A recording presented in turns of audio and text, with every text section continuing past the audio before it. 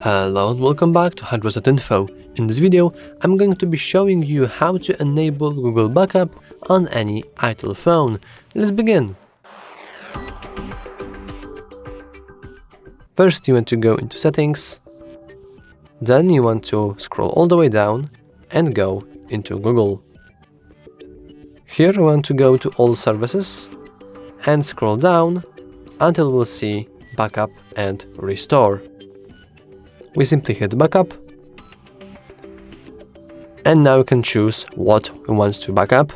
I'm only going to choose photos and videos. However, I would also advise you to copy and backup other device data. After you are done, you hit Confirm. You have to allow access, and as you can see, the backup is now on. So we simply hit OK. And that's all for this video.